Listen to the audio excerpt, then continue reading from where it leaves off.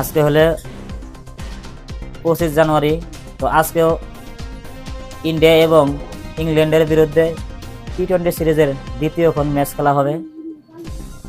তো এই নিয়ে আমরা আশাবাদী যে আজকের ম্যাচটাও প্রথম ম্যাচের মতো একদম সুন্দর পারফরমেন্স করবে বলে আমরা আশা রাখলাম।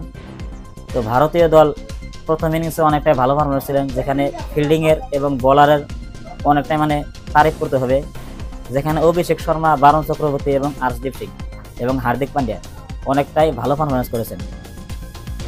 দেখা যাচ্ছে ওখানে আর্শদীপ সিং উইকেট নিয়ে নিজেকে একদম প্রথম স্থানে হাইয়েস্ট উইকেট টেকার হিসাবে পরিণত হয় এবং ওখানে অভিষেক শর্মা সুন্দর একটি দুর্দান্ত ইনিংস খেলেছেন। তো আজকেও আমরা আশাবাদী আজকেও সেই ইনিংসটাই অভিষেক শর্মা খেলুক এবং সূর্য কুমার যাদবও খেলুক, কারণ গত ম্যাচে সূর্য কুমার যাদব মাত্র 0 রান আউট হয়ে গেছেন।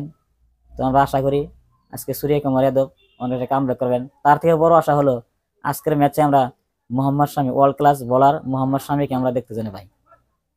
প্রথম ম্যাচে অনেকটাই নিরাশ হয়ে গেছিলাম, কারণ মোহাম্মদ শামিকে দেখতে পাই নাই। তো আজকে আশা করি মোহাম্মদ শামিকে দলে খেলানো হোক। তো এটাই হলো আমাদের ফ্যান্সদের আশা, মনোকামনা।